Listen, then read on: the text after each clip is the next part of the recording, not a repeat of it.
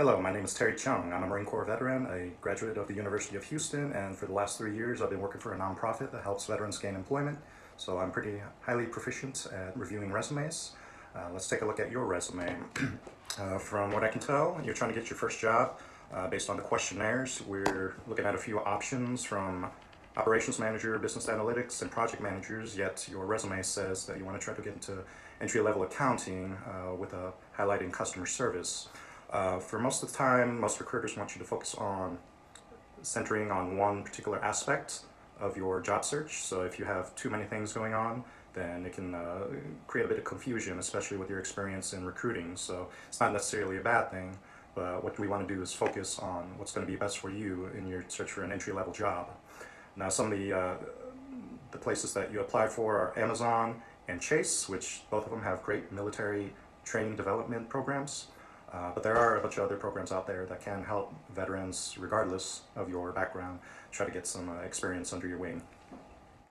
Now, some of the general key points I want to go over are building your brand, tailoring your resume to specific jobs, creating a network, basically who knows you, making sure that your military service is not necessarily just a shadow box of everything you've done, quantifying your accomplishments, don't just list your job duties. Now, based on your Indeed resume, I would suggest you put down customer service technician seeking an accounting entry-level position. In that case, I would go back to your recruiting duty and see if you did any type of accounting, whether it was just a little part-time, money management or expense tracking, so you can articulate that within your resume and use more quantifiable numbers. The best thing would be the XYZ formula, where X is numbers, Y is tasks, and Z is result.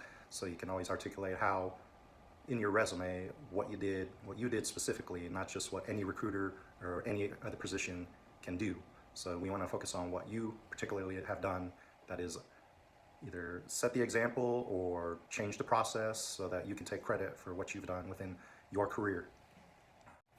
I would also add things like particular systems and programs you've used during your time in the military and during your time at your last civilian job. I wouldn't include weapon systems, but perhaps when you're a recruiter, you would use some type of HR applicant tracking system, like the Marine Corps uses MCRIS. The Army may have something else, but some type of thing that you can articulate that's equivalent to the civilian world would be highly useful for you.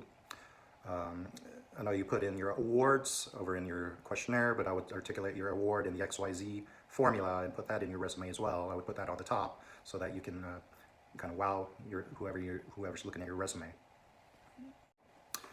Now for Eddie, for the remaining 10 minutes, I would basically go over different resources available for veterans. Like I assume this candidate's in Texas, so I don't know ultimately where he's going to wind up, but Texas has a lot of resources. Houston has more resources than there are probably Starbucks. So I'd say a lot of those Houston resources can work within the state of Texas and Louisiana and Oklahoma. So I'd connect him with them, as well as some other organizations like Combined Arms that can't reach out that far, especially for transitioning veterans, to ensure that he has a complete network of support so that he can get one-on-one FaceTime if he does need someone to look at his resume in person, to connect with a network like acpadvisors.net with Veterati, who both have different mentor networks, so that he can focus on what type of career he wants to do, because most veterans just don't know where they fit after they get out of the Marine Corps, and they have a lot of assumptions they're going to get the six-figure job. Some do, some don't, but it really depends on the veteran and the support and the preparation that we can do to help him get the best job that he's going to have, and get the sustainment so that him, and if he does have a family, have the support needed so that they can live their life after the military as well. And I hope this answers a lot of questions within the 5-minute time limit, so just let me know if you have any others. Thank you.